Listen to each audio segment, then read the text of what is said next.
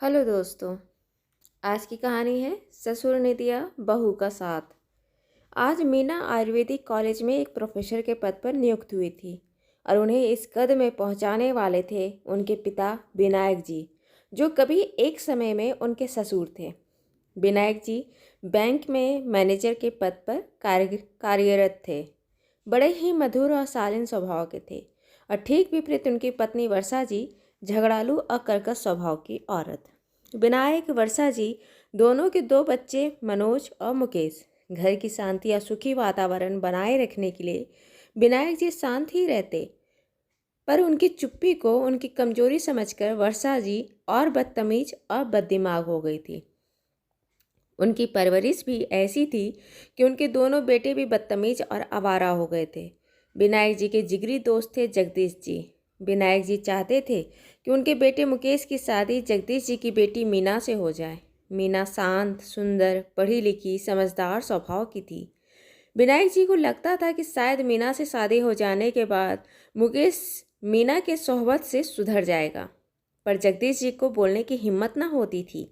एक दिन हिम्मत जुटाकर विनायक जी ने जगदीश से कहा, यार बहुत दिन से एक बात कहना चाहता हूँ। जगदीश जी बोले, मुझसे कहने के लिए भी तुझे सोचना पड़ता है क्या? विनायक जी बोले, अपने मुकेश के लिए तेरी बिटिया मीना बड़ी पसंद है। तेरे से तो कुछ छुपा नहीं है, पर जब भी मीना बिटिया को देखता हूँ तो ऐसा लगता है जैसे मेरा घर फिर से घर बन सकता है।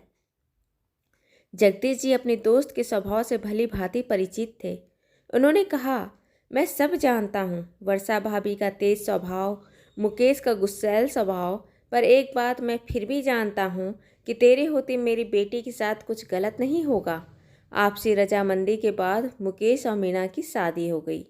मुकेश मीना से शादी तो कर ली, पर उसे मीना के तौर पे गंवार और सीधी सादी लड़की नहीं बल्कि आधुनिक लड़की चाहिए थी, जिसका परिणाम गुस्सा, नाराजगी, ताना, थप्पड़, गाली गलौज के तौर पे निकलता।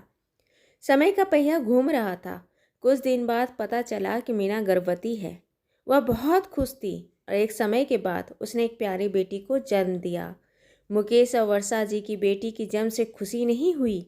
गाली गलौज, ताना थप्पड़ की जिंदगी मीना की चल रही थी। बस एक सुख था कि उसे अपनी बिटिया का साथ था। और 1.5 साल बाद दूसरे बच्चे के आने की दस्तक हुई। मीना खुशी के साथ साथ भगवान से प्रार्थना कर रही थी कि इस बार उसे बेटा हो जाए तो शायद उसके परिवार में खुशियाँ आए। 9 महीने के बाद उसने फिर एक प्यारी बेटी को जन्म दिया। मुकेश और वर्षा जी तो हॉस्पिटल का मुंह भी नहीं देखे। 2 दिन विनायक जी ने बहू का देखभाल किया। हॉस्पिटल से घर आने के बाद घर का वातावरण बहुत बोझिल हो गया था। मुकेश कहता, कोई मुझे देखकर कह सकता है कि मैं 2 बच्चों का बाप हूँ? कोई लड़की मुझे देखकर शादी के लिए मना कर सकती है? वर्षा जी भी अपने बेटे पे वारी जाती, हाय मेरा बच्चा, उसके लिए तो 1000 लड़कियाँ, पता नहीं किस मनहूस से बंध गया है मेरा बेटा। एक रात जब मुकेश के कमरे से मारपीट और मीना के चिखने की आवाज़ आ रही थी तो विनायक जी खुद को रोक नहीं पाए। कमरे के दरवाजे को धक्का देकर अंदर जाते हुए उसने मुकेश को 4 थप्पड़ जोर से रसीद दिए। गाल पर हाथ रखे मुकेश समझ नहीं पाया कि क्या हुआ। वर्षा जी दौड़ते हुए आई और विनायक जी को चीखते हुए कही, तुम्हारी हिम्मत कैसे हुई मेरे बेटे को मारने की? इस मनहूस लड़की के लिए तुमने अपने बेटे पर हाथ उठाया? पागल हो? विनायक जी ने चीखते हुए कहा, हाँ मैं पागल हूँ। मैं पागल हूँ जो यह सोचते हुए चुप रहा कि मेरा घर बना रहे। पागल हूँ जो एक सीधी और संस्कारी लड़की को घर बहू बनाकर ले आया कि शायद मेरा बेटा सुधर जाए और तुम्हें अपनी संस्कार और मान से एक औरत बना सके, पर तुम पत्नी, माँ तो दूर एक औरत भी नहीं हो। हाँ, मैं पागल था कि अपने परिवार के मोह में एक लड़की का जीवन बर्बाद कर दिया, लेकिन अब और नहीं। मैं उसे इस दलदल से बाहर निकालूंगा जिस भरोसे के साथ मेरे दोस्त जगदीश ने अपनी बेटी सौंप दी। कम से कम उस भरोसा को जिंदगी भर संभाल लूँ, यही बहुत है मेरे लिए। मैं कल अपनी बहू को लेकर इस घर से जा रहा हूँ। वर्षा जी ने विनायक जी को यह रूप कभी देखी नहीं थी।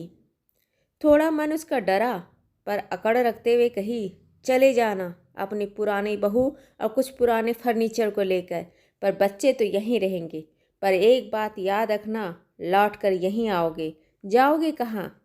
बच्चों को अपने पास रखकर उन्होंने एक खेल और खेली कि बहू चाहे भी तो घर छोड़कर नहीं जा पाए। दूसरे दिन विनायक जी अपने बहू को लेकर घर छोड़कर चले गए। उन्होंने किराए का घर देखा और ससुर बहू वहीं रहने लगे। एक दिन विनायक जी ने कहा, बेटा पता नहीं मैं कब तक रहूं, मैं चाहता हूं मेरे रहते तुम भी अपने पैरों पर खड़ा हो जाओ। मीना ने कहा, पापा जी जैसा आप कहो, और वह आयुर्वेद में दिलचस्पी होने से उसमें पढ़ाई करने लगी। विनायक जी मीना का मुकेश से तलाक करवा और एक फैसला लिया जो किसी के भी सपने से परे था। उन्होंने मीना को बेटी के तौर पर गोद लिया, कानूनी तौर से एक बड़ा पार्टी आयोजित किया और उसमें बड़े गर्व से कहा, यह पार्टी में आप सभी को सम्मिलित करने के लिए बुलाया क्योंकि आज मैं एक बेटी का बाप बना हूँ। मैंने मीना को कानूनी तौर पर बेटी लिया है। मैंने आज वह खुश नसीब हूँ जिसके जीवन में बेटी है। मीना आयुर्वेद कॉलेज में प्रोफेसर के तौर पे नियुक्त हुई। 25 साल दोनों पिता बेटी एक दूसरे का सहारा बनकर साथ रहे। विनायक जी कभी लौटकर वर्षा और बेटे के घर नहीं गए। वर्षा जी जीवन भर अकेले रही।